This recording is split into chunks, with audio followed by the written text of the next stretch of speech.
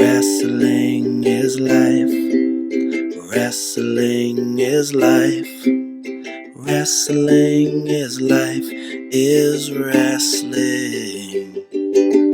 Welcome, everyone, to another episode of Wrestling is Life is Wrestling with Cody Deaner. I am Cody Deaner, and I am a professional wrestler.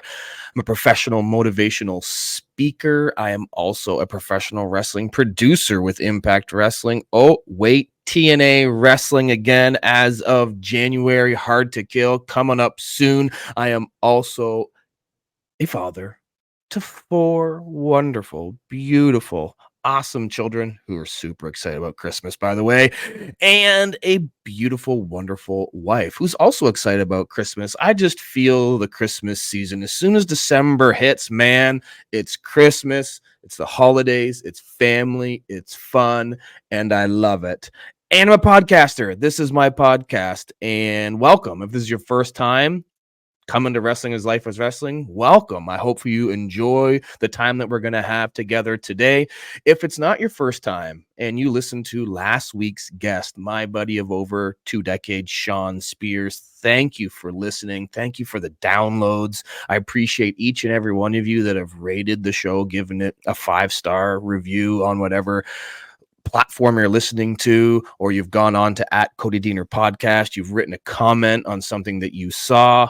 Thank you. Sean Spears thanks you. And I thank Sean Spears for being so vulnerable, open, and honest in our conversation. I knew that it was going to be good. I just didn't know how good. And it exceeded expectations like every one of my guests. I hope that I exceed your expectation here today if this is your first time listening.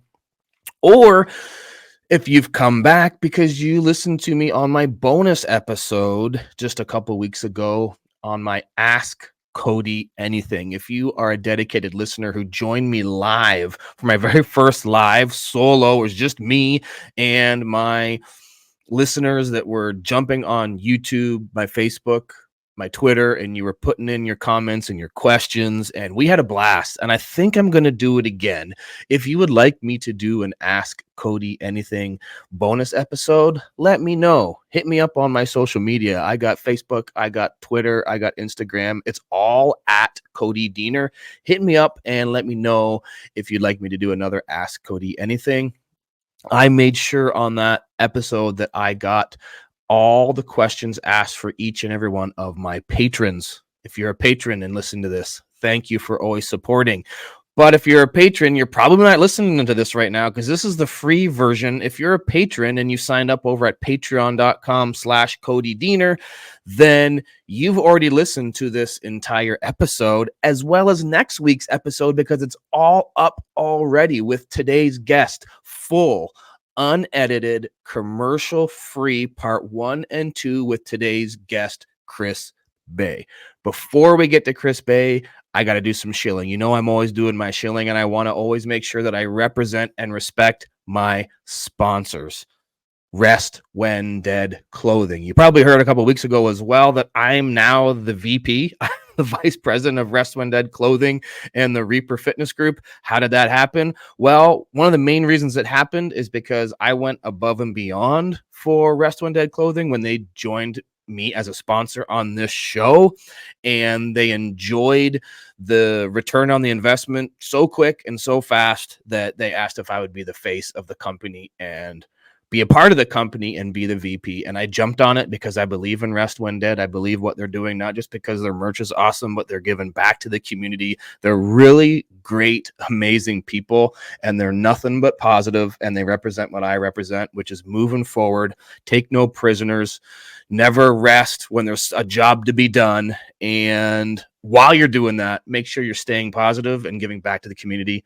That's all what Rest When Dead is all about. If you have checked out and purchased a Cody Deaner Rest When Dead signature shirt, thank you. I sold a boatload of them recently at a Neo Pro Wrestling show, which is the wrestling company I started out with. Go check them out on Go Neo Pro. Sean Spears from last week works with them as well. They're an amazing company, and I sold a ton of Rest When Dead Cody Deaner signature t-shirts. Go to restwhendead.ca. Get yours today because they are selling fast. That's one way you can support me, is by supporting Resto Undead Clothing. You can check him out on Instagram as well. Other ways to support is the holiday season's coming up. It's Christmas now. The time is in the air. You're listening to the radio on your drives, or maybe you're not. Maybe you're listening to me instead. But if you are listening to the radio, if you're anything like me, I got kids. Daddy, keep it on the music. And then I put on the music, and it's Christmas music. And by Christmas time, I'm sick of it. But right now, I'm not sick of it yet. I'm enjoying it right now. But I know as soon as Christmas hits, I will be done with the Christmas music. But right now, it's cool.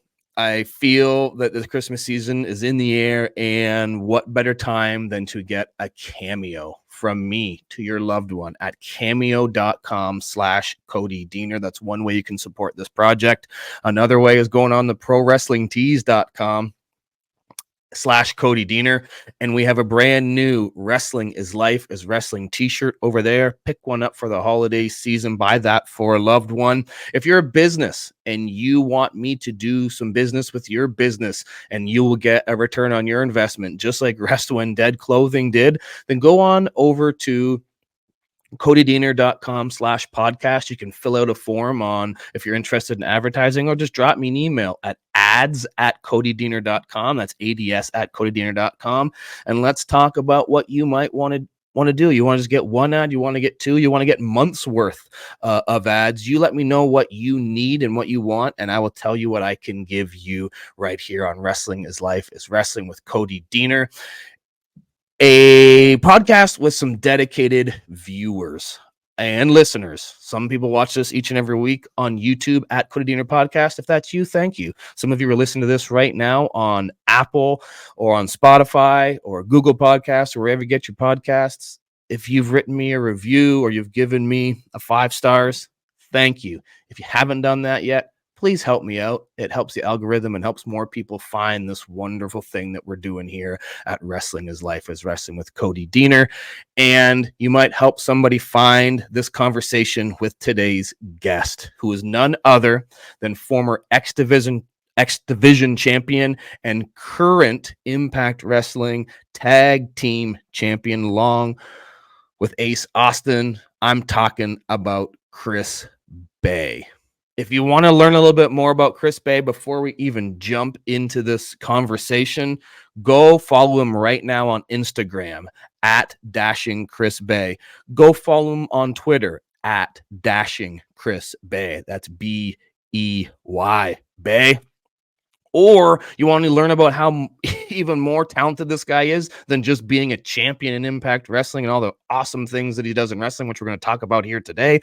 He's also a musician. This guy is super talented. Go check him out on Spotify. Just type in Chris Bay, CHRIS space BEY on Spotify and listen to the awesome stuff that he's dropping over on Spotify. Chris Bay, super talented, all around dude, and has an awesome story. I listened to some of the origin story of Chris Bay and how his life collided with his entry point into wrestling when he finally decided to get into the business. I heard him talk about this on another podcast. It was Tommy Dreamer's House of Hardcore podcast. And I was fascinated and touched by the story that I heard on there, and I wanted to dive deeper into that.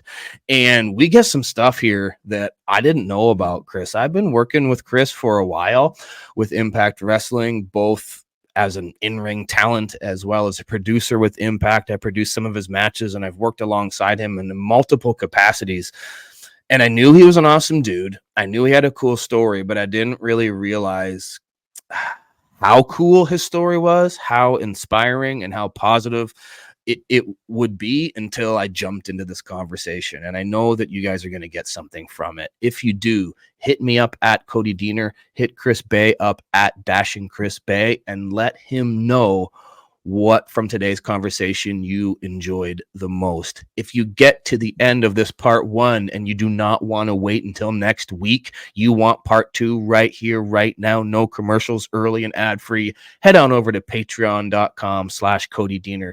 Become a patron, and you can listen to the entire conversation early and ad-free right now, as well as a bonus story. There's a really cool, funny bonus story up right now over on my Patreon that Chris Bay shared with us. that involves his recent time in New Japan Pro Wrestling. Super cool story, super fun, available now over at patreon.com/Cody Deaner. But let's jump into this part one conversation. I know that by the end of this conversation, if you're not a fan of Chris Bay, you're going to be. And if you are a Chris Bay fan, listen to this right now, you're going to be even more of a Chris Bay fan after hearing this conversation. So let's jump now to my conversation with my friend and yours, Chris Bay.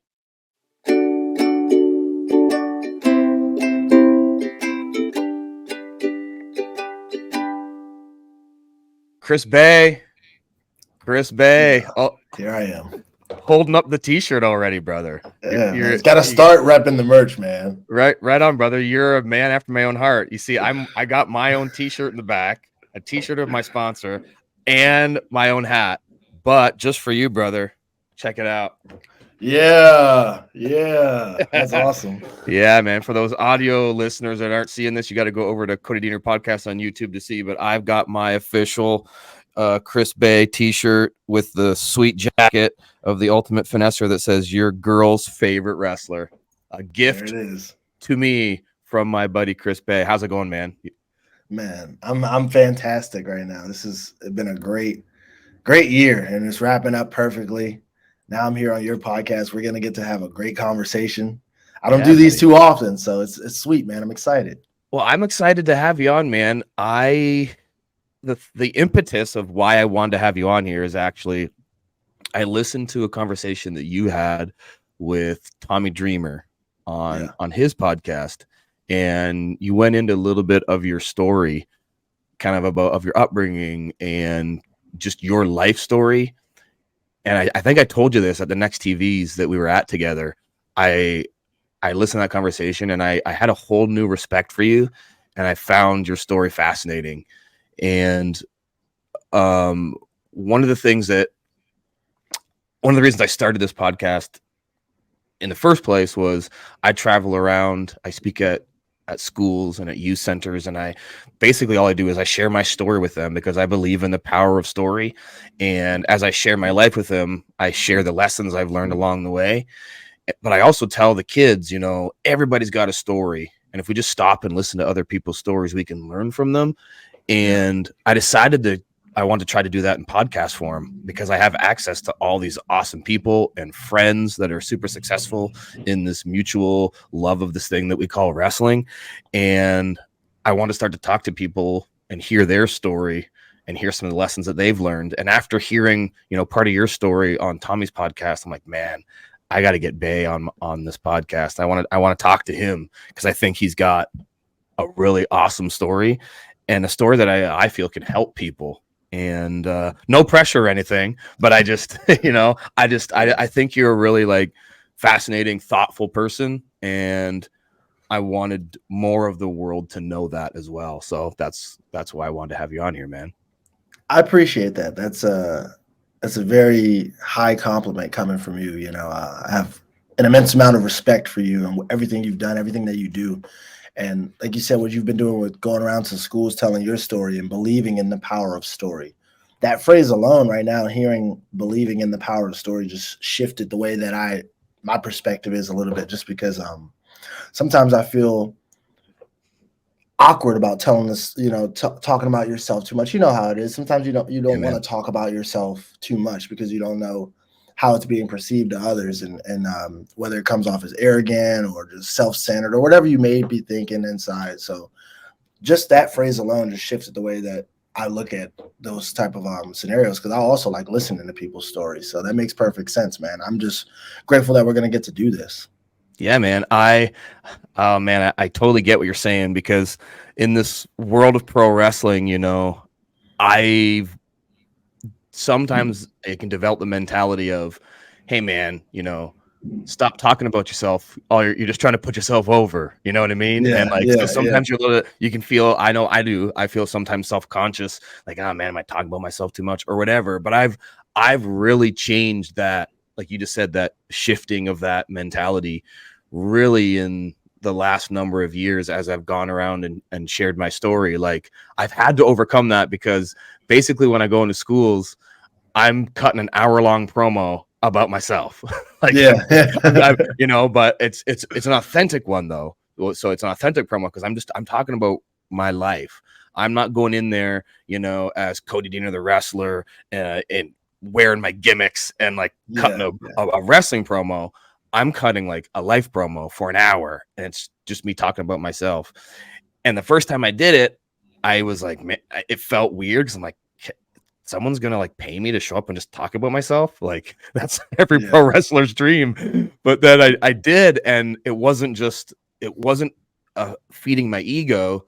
It was, oh man, I got kids coming up to me. Some of these kids are like crying, come up to me because my story of just being a kid that grew up in the small town in the middle of nowhere, it affected them and encouraged them and inspired them. And then it was moments like that I just kind of was like, okay, any reservations I have about, you know, being too much of an ego or conceited or awkward about sharing my story, those got to go out the window because, like I said, the power of story. So I grew up, like I said, in a really small town in the middle of nowhere. I want to know if the research that I did on you is correct or not, because what I read was that you were born in Alexandria, Virginia. Is this correct? This is basically as close to correct as you can get. I was born in Maryland, but I was raised in Alexandria, Virginia. So I didn't spend really any time in Maryland. That's where I happened to be born. Yep. But that's where my dad lived. That's where a lot of my family still lives now. And but my mom and my brothers, they all live in Virginia. So Alexandria, that's what I was raised. We got a house there when I was, I think, about 2 years old, you know, right before my third birthday. So, and my mom still lives there now. So that's where I was raised until I moved out to Las Vegas. Okay. What was life like in Alexandria? Because I'm reading that it has a population of about 160,000, which isn't huge, but to me, that's ginormous because I grew up in a small town with a population of less than 200. So I read that population, I'm like, man, that's a big town. But like maybe it wasn't in terms of, you know, small town mentality. Everybody knows everybody. Like, you know, what was life like where you grew up? From what I know, it was small because, and I think that, I don't know whether that plays a factor that I was there, you know, all my life or not. So I just happened to meet everyone throughout the duration of the time. But it always felt very small, like everybody knew everybody or knew of everybody or someone was related to someone. It was different. It was different than where I'm at now and the places that wrestling has taken me to be able to see. It was a cool experience. And where I'm from specifically, it's a lot better now, but growing up, it was a very dangerous neighborhood. There was a lot of dangerous things that you could get into if you mess around with the wrong crowd. It was easy to go in the wrong direction. And a couple times I took a couple steps in those wrong directions. Fortunately, because of wrestling and because of prior experience of seeing mistakes that people before me had made, I was able to make the conscious decision and effort to go back on a different path and change my life for the better. It was a place where everybody was trying to be like the next person, though. You know, like being different wasn't ideal there. If you were different, you were not welcome almost, you know, like, or you were just the outcast. You were the guy that everyone wanted to make fun of. You know, I was copying things I saw wrestlers do on TV in my style, and I'm coming to school like this, and people are making fun of me because I'm wearing, you know, a wristband, or because one day I felt like taping my wrists, you know, like a wrestler. When you look back at it, you're like, that is pretty silly. Like, why are you going to school with taped wrists, bro? Like, you didn't break your wrist. But, you know, like that's just what it was. And I'm glad it was that way because it taught me the biggest lesson of life, which is that if you just be yourself, you'll attract things that are supposed to be with you, you know, because I had great friends, great core friends who I'm still friends with to this day. And it got to a point where throughout high school, I was like, man, maybe I have to kind of hide a little bit how obsessed I am with wrestling so I can get in with the cool crowd, you know, and all those cool crowd people that I got in with are not my friends anymore, but all the people who were there before that and throughout the duration of that are still my friends to this day. Whenever I go back home, I'm still going out with those guys and meeting up with those guys. So like, it taught me that just be yourself and you'll attract what's supposed to be where you're at. Oh man, that's such a good lesson, dude. I agree wholeheartedly with that. I mean, I know Yeah. for me in my life, I can relate in that being from a small town. I mean, there wasn't like gang stuff going on or, gun violence. I grew up in Canada, so that's like not a huge issue to begin with. I was Like, going to say Canada, right? Yeah. I didn't even see a gun until, I was an adult. But like, other than like on a farm, people are using it to kill squirrels or something that's on their land. But like, I can still relate in the sense that I went down the wrong path for a while and started making dumb decisions myself. And I tell stories like this to young kids because I think this is a universal issue when you're young and you just want to belong. That's the sense of belonging is just important to every young kid and teenager and really any human at any age. But eventually you get to this sense of maturity where you, like what you said, you find it's not so much about belonging in general, but you find who you truly belong with, who is your core, and you're confident in knowing those are the right people.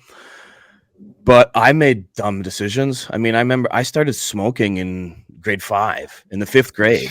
And then I got drunk for the first time in the 6th grade. So by the end of the 6th grade, I was smoking and drinking and hanging out with the cool kids and making all these really dumb decisions, which were none of the right decisions on the right path to this dream that I had. I wanted to be a pro wrestler, which I wanted to do since I was 5, Right. Yeah. But for me, things didn't turn the corner for me until I got into high school, and I had a football coach that saw something in me that nobody else saw.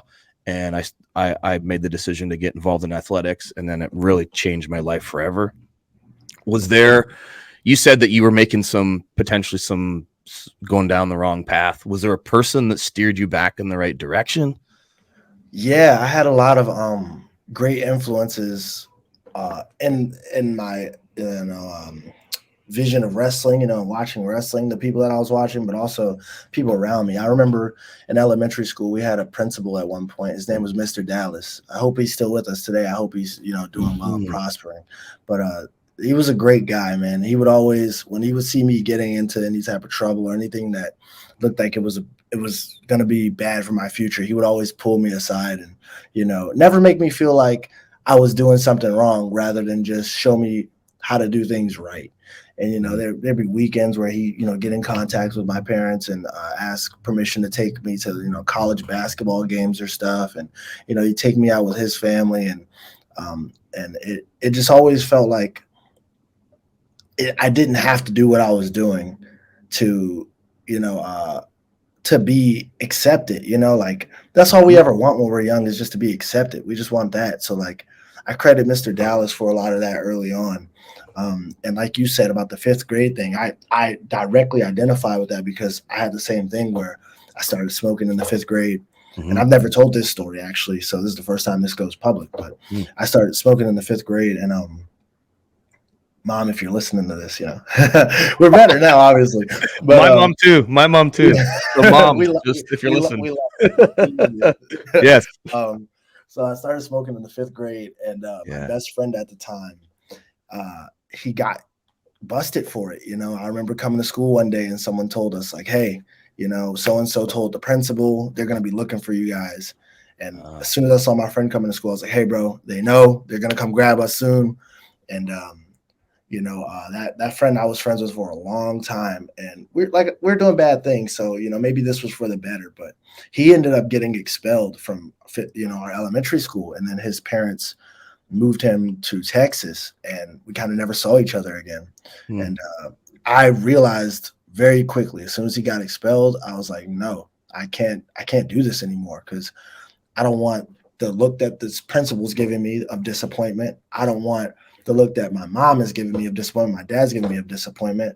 I don't want to do this. I don't want to get kicked out of school. I had seen my brothers get kicked out of schools. I'm the youngest of, I have 5 older brothers, and I'd seen a couple of them get kicked out or fail a grade or do whatever.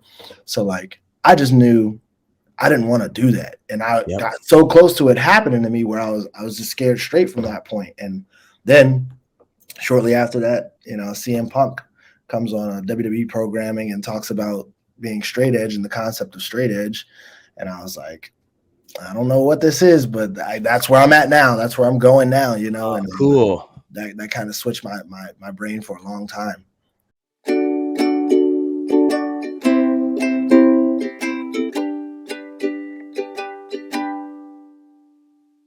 I want to tell you about CEOFit.ca.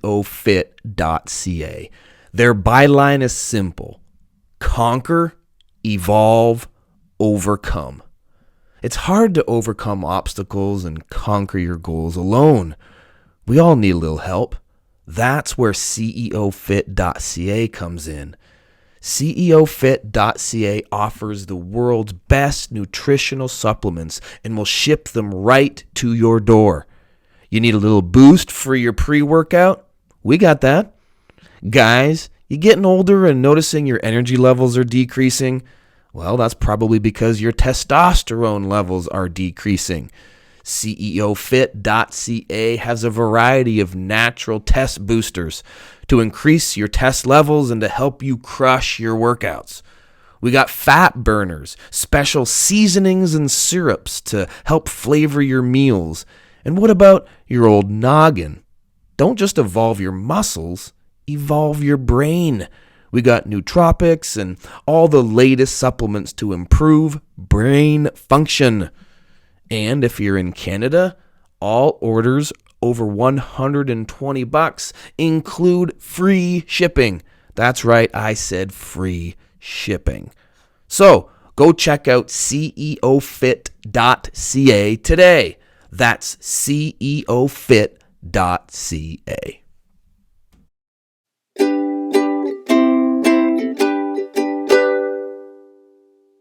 Yeah. So you were like super influenced from wrestling then.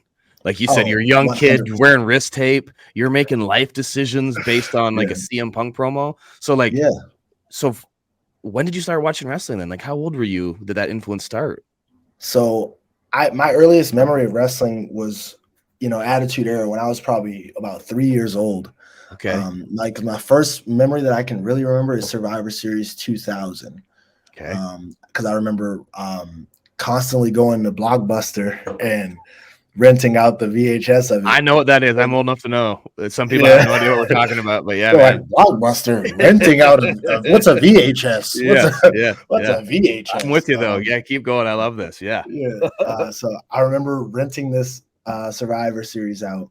Yeah. And I would go return it and then rent it out again, because you know when you go to Blockbusters, okay, maybe pick 2 DVDs or pick 2 VHS, pick 2 things, maybe 1 thing. I was picking the same one over and over, over and over, over and over. Survivor Series, and I watched it for so long, and then because I had 5 older brothers, so 2 of them, the ones who were closest to me in age, were wrestling fans at the time. So one of them really liked X-Pac, the other one really liked The Rock, and I was really big into Triple H, and then I got big into X-Pac, and then I kind of just, Attitude Era, everyone was kind of presented as a star. So I just liked everybody. And then, my parents would give me figures of ECW figures. And I remember getting a Bubba Ray ECW figure for Christmas when I was about 3 years old. We have the video on VHS and stuff. Like we filmed that Christmas. So and I still have the figure. I went home a couple months ago to visit. My mom pulls out this box of stuff that I left before I moved to pursue wrestling. And inside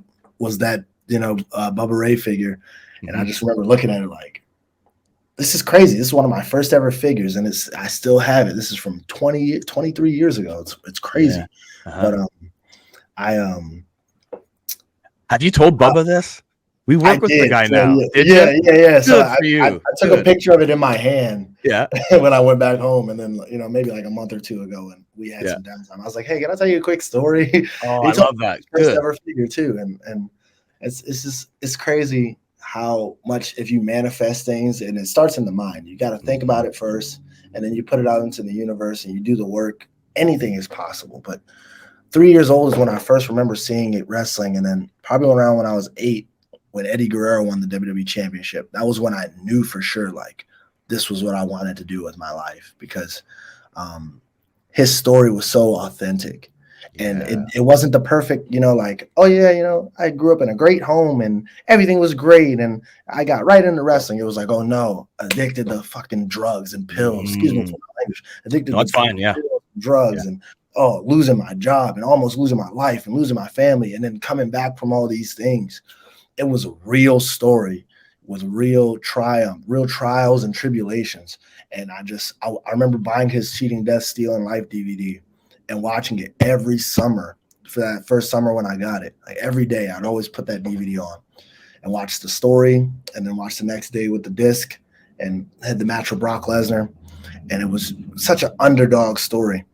And every time I saw it, it just got to a point where probably like the 20th time I saw it, I was like, man, I want to make people feel how this is making me feel. At 8 years old, I realized this. I was like, this is making me feel a certain type of way. And this is the feeling I want to make people feel. I never, we're 8. I didn't think about paying bills or making a living off wrestling.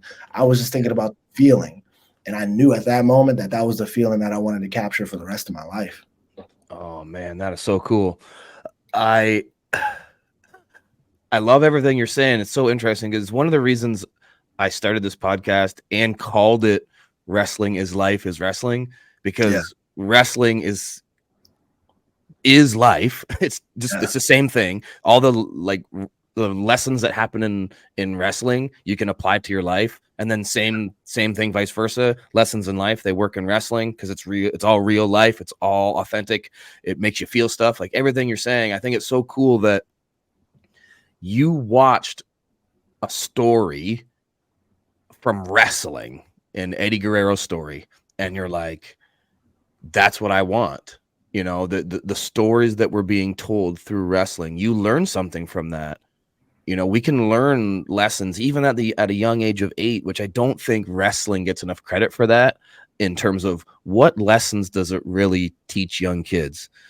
Yeah. And it might have got skewed probably around the era we're talking about, right before the era, you got DX running around. It's like, what's wrestling teaching kids? Well, they're teaching them how to get suspended from school for doing suck it, which was happening to me. I was in high school when that was happening because I'm that's the hottest time. Yeah, that's the hottest time. So I'm in high school. After shooting a tray as a point guard in my basketball team, and then letting the other team know, suck it. So I mean, yes, wrestling can teach you those bad things, but I don't think wrestling gets enough credit of teaching and inspiring young people like yourself that no, you can put in the work and you can make people feel this positive thing that nothing else has given me that feeling, but this thing is, and I love it. So the interesting thing about you and me, and we have this connection, is like your friends that you might have watched wrestling with when you were a kid. I had the same friends I had, and I'm lucky enough, like you, I have a lot of the same friends from when I was a young kid watching wrestling. However, the thing that set me apart from my group of friends is I was the crazy one that decided I'm actually going to do this. Yeah. Like there's something in me that's like, nope, yep, I can do that. I'm going to do that thing, that's not normal, in our line of work, right? It's normal to me and you because that's our story. But in life in general, most people don't see something crazy like wrestling and go, yep, I'm going to do that. Yeah. What is it about you or happened to you or whatever? What was it about your story that made you go, yep, I'm going to do that thing? Yeah. Yeah. And I want to touch on this before I go forward. Okay. I'm glad we're at this day and age where we've kind of pulled the curtain back a little bit, because like you said, you don't know the message that wrestling's sending people, but you are one of the top heels in television in wrestling. But then you go to these schools and you speak to these students and these kids and tell them your story, and it shows them that compare and contrast, what you see on TV versus the work that this person get to portray what this character is. It's not real life. It's important that we've kind of pulled that back a little bit, because we now have been able to tell people like, okay, this isn't real though. What you're seeing is not real. Don't emulate this. Yes. This is the backstory behind it. So I just wanted to touch on that before I move forward. Yeah, that's cool. I agree with you wholeheartedly, man. And I appreciate that you do that. For me, I always knew that I wanted to do it. I didn't know how I was going to do it. I knew I was the one to do it, but it was mainly because like where I come from and what I had seen before me, we weren't forced to make decisions, like my dad and mom didn't force my brothers to go to college. They didn't go to college, they didn't force me to go to college. All they wanted for us to do was to get through school, the regular schooling system, K through 12. And if we wanted to, we could go to college. But all they wanted us to do was do that and stay out of trouble. So I kind of had a lot of freedom to decide. But it wasn't until 2016 when my father passed away, when I realized 100% like I had to make it happen now, because I got sidetracked very easily after high school because of all the peer pressure of what everyone else thought I was capable of. Because here I was saying, yeah, I'm gonna be a pro wrestler when I grow up, and everyone's going, ha, you're so small though. And then here I am going, yeah, but I'm gonna be a champion one day. And people are going, huh, that's and what weight class, like. And here I am like, you know what? And maybe they're right. Maybe all these people are right about me. Maybe I am too small. Maybe I am, and we've always seen the exceptions to the rule. We've seen all these people who come through and have breaking down that wall for us to be whatever we want to be at any size we are, at any shape, anything we identify as, whatever we look like.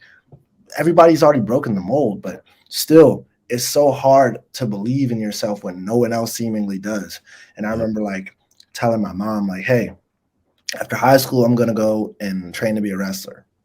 And she thought I was going to grow out of it at 12, 13. So the fact that I'm still talking about it at 18, I feel like it's annoying her at this point, And when I was 20 and my dad passed away, it really dawned on me, because I was at the hospital when it happened. And selfishly, the two things that went through my brain immediately was the first thing was, I'm never going to be able to reach out and touch this person again. I'm never going to be able to embrace them again. We're never going to be able to embrace each other. I'm not going to hear their voice again. And then the second thing, and I always think about how selfish this was, but just how real it is to my life and my story. The second thing I thought about was he never got to see me pursue wrestling. The one thing I talked about all my life, the one thing when he would, what do you want for Christmas? I want a wrestling belt. I want wrestling figures. I want the new WWE game that came out. I want that TNA Impact game that they just dropped. I want this Kip James figure that I saw in Walmart. You know what I'm saying? Yeah, like whatever it was, it's just like, no, all right, that's what he wants. That's what he wants. But like, I felt like I never got a chance to pay that back. And in that moment, I realized, it's like, man, life isn't going to be forever. And I've spent 2 years procrastinating out of high school because of what everyone else said to me and thought I was capable of. If I procrastinate any longer, what if my mom doesn't get a chance to see it?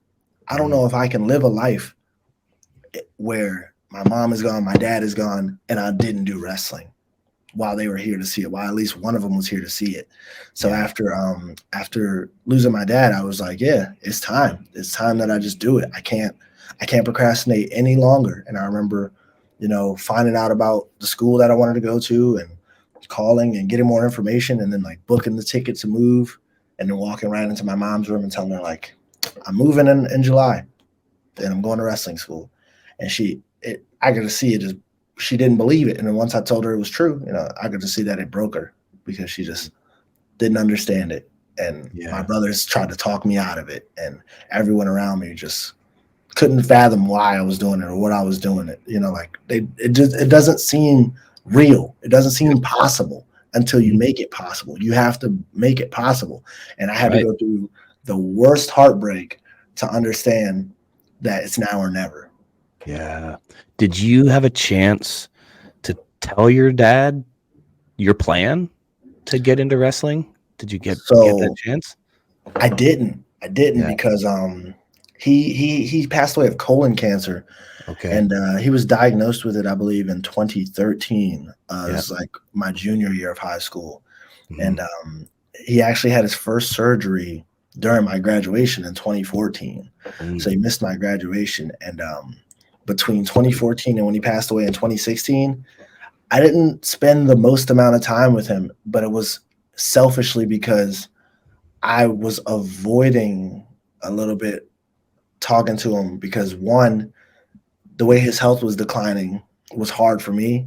And then Yeah. 2, I felt like he would be disappointed in me because I had hyped up this thing all my life, and here I was just working at a restaurant, 6 days a Yeah. week, not Right. pursuing it, which is the complete opposite. I know my dad, like he was proud of me that I was staying out of trouble, that I was making a steady income, that I was helping out my mom, that that he didn't need for me to go be a big superstar for him to be proud of me. But in my eyes, I was like, man, it's hard for me to talk to him right now. I had a song that I made like 2 months before he passed away, and one of the lines was talking about how I haven't reached out to him, and I have my reasons because the bottle I was drinking was helping me fight my demons. Like I was masking a lot of what I was feeling with other things because I always feared letting him down, man. Because when I saw him get disappointed in my other brothers, I was like, man, I don't ever want to feel that. And even my first couple of years of pursuing wrestling, like I'd wake up in full sweats, like full sweat, panicking because I'd have a nightmare that he was disappointed in me. Wow. It was tough, man. It was tough. I never got to tell him the plan, and I know he's here now. I know he's here now. Yeah, man. He's proud of you. I can relate to this in that. So my dad, he passed away about a year ago. Sorry for that. Yeah, just over a year ago. Yeah. And my dad wasn't like a lovey-dovey, touchy-feely, like hug me, tell me he was proud of me. Like he just wasn't that type of guy. He was more hard. He was kind of hard, and he had a rough edge. He suffered from, psychological disorders. He was manic depressive, and he was an alcoholic. So like there's a lot of reasons why he was the way he was. He had a rough upbringing as well. But I also struggled a lot with when I got in the business, like wondering if he was proud of me. Because when I told him I was going to go to wrestling school, he's like, well, why do you want to do that stuff? Why don't you want to be a boxer? My dad was a huge like Muhammad Ali fan. I remember he had posters of Muhammad Ali, and like he was always watching boxing, and he thought wrestling was that fake phony stuff, and he wanted me to be a boxer. I'm like, Dad, like I don't like boxing. I have every single LJN doll in that Tupperware container over there that you bought for me since I was 5, because I love this. I don't care about boxing. I want to be a wrestler. Oh, just kind of being what he was. And then I kind of share this stuff with my siblings, and we found like this big box of pictures and kind of the old school picture books that people don't have printed pictures anymore because everything's on their phone, but like these scrapbooks and stuff. And my sister put it together for me just recently as a gift. She said, check this out. And she gives me the scrapbook, and my dad had kept it. It was every single news article clipping of me from when I was a kid and won a judo tournament and got a gold medal, all the way from every single wrestling accomplishment that I had ever achieved. And there was a media clipping about it. My dad had it in the scrapbook, and he had kept it. Wow. And my sister was like, every time I talked to Dad, he told me about where you were traveling, what you were doing. He basically only talked about me and what I was doing in wrestling. And it like, oh man, that broke me in a good way. Cause it was like, okay, you know what I mean? It's like, okay, he was proud, even though he was from a generation that they didn't always say that, and they didn't always, show that, but he was 100%. And your dad, I'm sure, just like you said, he's here, he's listening, he knows what you're doing now. And I'm sure as hell know that he's freaking proud of you, because you've done some amazing things, dude. Like things that those people said that you laughed at you for when you were a kid.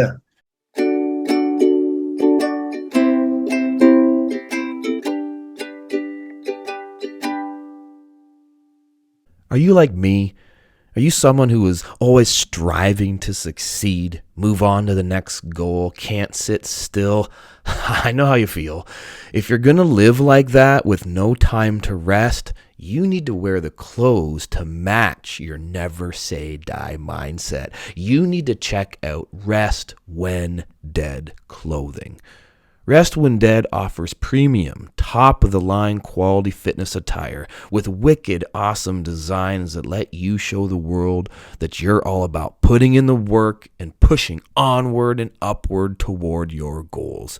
Check out the new collection like the Legends Never Die tee. On the back it says, "Today we make history, tomorrow we do it again." Or my personal favorite, the very popular Conquer Everything tee.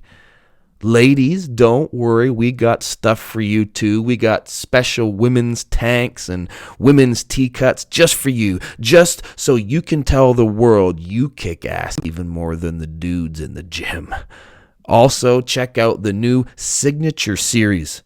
I've got a brand new Cody Deaner signature shirt, and so does a few other TNA Impact Wrestling stars like Crazy Steve and Jody Threat. Shop the entire collection now at restwhendead.ca. That's restwhendead.ca.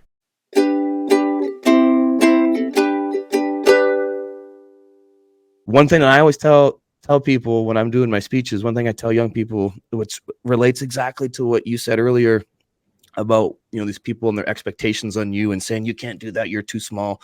I always say to kids, don't let the size of other people's expectations dictate the size of your dreams. Wow. So just because people have small expectations on you doesn't mean that you have to dream small. Your dreams don't need to be the size of those expectations. You can dream big. Don't listen to other people's expectations. And that's what you did, because if you would have listened to the expectations on others of them laughing at you, saying you're too small, what are you doing? You can't do that. Yeah, that's not possible. You ignored that, you pushed through it, and you chased it anyway. And what I think is really cool is you made a huge decision to move away. Yeah. A lot of people don't do that. They pick a wrestling school that's closest to them. You decided, no, I'm getting a ticket and I'm moving. Was that intentional in that you knew you needed to move away? Or was that, that was just the place that you found that you decided I should move away to do this? Or what led to that? It was, it's one of those things where like everything's kind of pushed in the right direction for you when you put it out there.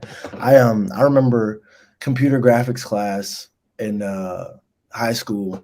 Shout out Miss Stoll. She was always letting me just not really pay too much attention to the work I had to do. I was on the computer emailing Ring of Honor Academy, like, hey, nice. How old do I have to be to start training? Emailing Team 3D Academy, hey, how old do I have to be to start training?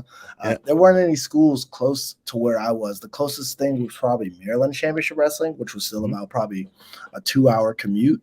And they didn't offer as much as far as training, like opportunities with days and stuff. So for me, I hadn't made a concrete decision. And like I said, I started procrastinating. So on my 20th birthday, February 2016, I had a friend who moved out to Vegas. So I came out to Vegas to visit him. And I had never been to the West Coast before. I had never been too far. Living in Virginia, I had been to New York. I had been to, South Carolina, North Carolina. I'd been to Florida. I hadn't been too many places. When I went out to Vegas, I just fell in love, man, because of the weather, because there was always something to do, and then because it's a town full of people who are trying to be more than they are. Yeah. So like, it wasn't like where I was from. Where I was from, I had to camouflage myself so I could not be the outcast. I came to Vegas, I was like, I'm wearing cheetah print shoes and a hockey jersey, and it's normal here. No one's looking at me. Exactly. No one's looking at me crazy. And it was also the place where I had the last conversation with my dad. I called him on my birthday, and I was like, hey, I don't know if mom told you, I'm in Vegas. I went to Vegas for my birthday. And he was like, what? Oh, you really? Like, that's cool. That's cool. And I'm trying to explain to him the view I had from my friend's backyard, where it's just, Vegas is like surrounded by the mountains. So I'm like trying to explain to him how beautiful it is. And I could hear like the pain in his voice from everything he was going through. like I could hear he was just weak. And I remember like crying while talking to him on the phone and then like hanging up. And I was real emotional because I was just like, man, he's hurting right now. But like, I wish he could see this right now. This is beautiful. And then the month after that was when he passed away. So to my recollection, that was my last conversation I got to have with him. So when he passed away, I was just telling myself like, man, I got to make this happen. Like, what do I do? What do I do? And I remember his birthday, funeral was his birthday and funeral was the same weekend of WrestleMania 32. Mm-hmm. And I told Matt Cardona this story a couple times now. He's probably tired of hearing it, but I remember watching the opening of that Mania and watching him win the Intercontinental title, and then his dad gets in the ring and they have that embrace. And I just buried my dad, you know, like I was just a pallbearer 2 days before that for my dad, you know, and I remember it just made me sick to my stomach because I was like, I'm never going to feel that. Like, I'm never going to feel a moment like that ever. Mm-hmm. And I was like, what do I do, man? Like, where do I go? Where do I go to school? And my boy was like, you know, they probably got a school in Vegas, you know, like they probably got a school here. And I was like, they probably do. So I made the call and, you know, I was in the gym, got a call back from Joe DeFalco, the owner of Future Stars of Wrestling. And he told me, you know, how everything worked. It was the best cost-wise of all the schools I had done my research on. He told me how they had 5 days of training a week, which to me, every other school was like 3 days, 2 days. He's like, yeah, we have 5 days a week. We have student showcases. We have a regular show. We have a bigger card where we have big names come in, you know. He was telling us we got Kenny King down here as one of our trainers. TJP down here is one of our trainers. D'Lo Brown is one of our trainers. Sen Bodie is one of our trainers. I was just like, it's someone represented from like every major wrestling that's existed. Like if I'm gonna learn from places, like this sounds like the place I should learn from. Yep. And I remember getting off the phone. I was like, okay, cool. I'll probably move there and I'll see you in the summer. And he was like, all right, sure, whatever. You know, like how many times do promoters hear that? You know, like mm-hmm. I remember getting off the phone and being like, man, I told my boy, I was like, bro, I think I got to move to Vegas. And he was like, yeah. And I was like, yeah. And I looked up the cost of living in Vegas. And it was ridiculously cheap compared to what people might have thought. When I first moved to Vegas, I got a studio apartment for myself with Wi-Fi and cable included for $650 a month. Wow. You know, like, and I was like, what? You can't get that where I live in Virginia. So I was like, man, this sounds great. And then the tuition of the school was like $200 a month or like $500 for 3 months. So you'd save $100. And I was like, man, this sounds like where I'm supposed to be. Mm-hmm. And if I move to Vegas, even though when you hear it on paper, moving to Vegas, Sin City, place of distraction. Mm-hmm. To me, I was like, man, if I move to Vegas and I don't have none of my friends around me, I can't be distracted. Because now, like, I moved there for a purpose. Like, there's no going to wrestling school and then coming back home where I already grew up, where all my friends are at, and doing what all my friends are still doing and being distracted from what I'm supposed to be doing. I knew that if I moved across the country, far away from everything, for a sole purpose, I would either do it or do it. Yep. If I messed it up, it would be completely on me. But I had no intentions on messing it up. I knew I just had to get completely away from everything that I knew so I could start anew. What a good man. That's really insightful for you. What age were you? How old were you when you did that? I was 20. You're 20. Okay. So like that's pretty damn insightful as a, you know, young, like a lot of people when they're 20 have no freaking idea what they want to do with their life.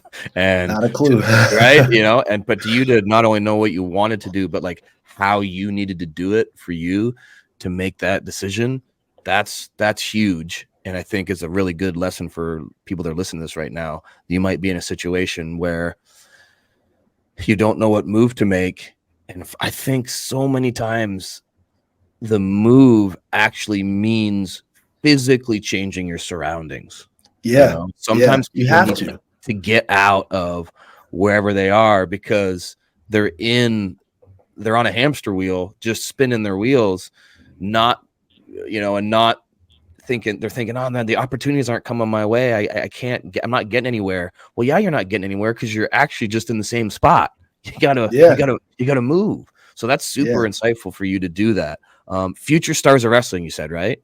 Yeah, Future Stars of Wrestling. Yeah. Because I shout out to Future Stars of Wrestling. I'm good friends with Sin Bodie.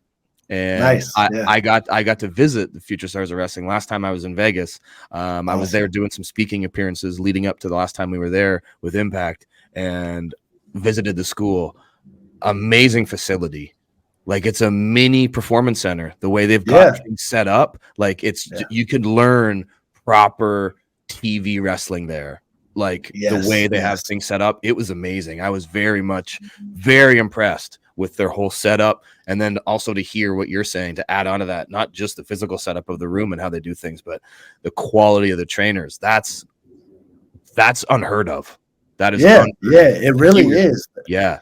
Yeah. You were set up for success, bro. Yes. It was a no-brainer. It was a no-brainer. I tell people all the time, you know, you have to make the best decision for you. So that doesn't mean that you have to just go to the best school, because maybe that's not what's best for you, but make the decision that is best for you. Don't just do whatever is closest or easiest, because that might not always be the best route. But it's like, the quality of knowledge is important, because if you learn how to drive, for example, you can learn how to drive from one of your parents, or maybe there's a NASCAR teacher who can teach you how to drive. And then someone will say, well, what, he's going to teach you how to race? No, he's going to teach you how to handle a vehicle. This person knows how to handle the vehicle like a professional. Okay, so they're able to race because they know how to handle a vehicle like a professional. So the quality of knowledge you're going to get from them is so much more advanced than the quality of knowledge you'll just get from the daily person. So it's like, choose your level of where you want to learn from. And I knew, okay, all these people have been places that I want to be. So these are people that I should try to learn from, because maybe these people can teach me the basics, but have they actually been where I need to be and where I want to be, where I aspire to be? Because if they haven't, how can they teach me to get there? Yeah, that's huge. Oh, man, that's so good. This is a hard question. You might not be able to answer it. I don't know if I'd be able to answer it if somebody asked me this, but is there one main lesson or takeaway that you got from wrestling school?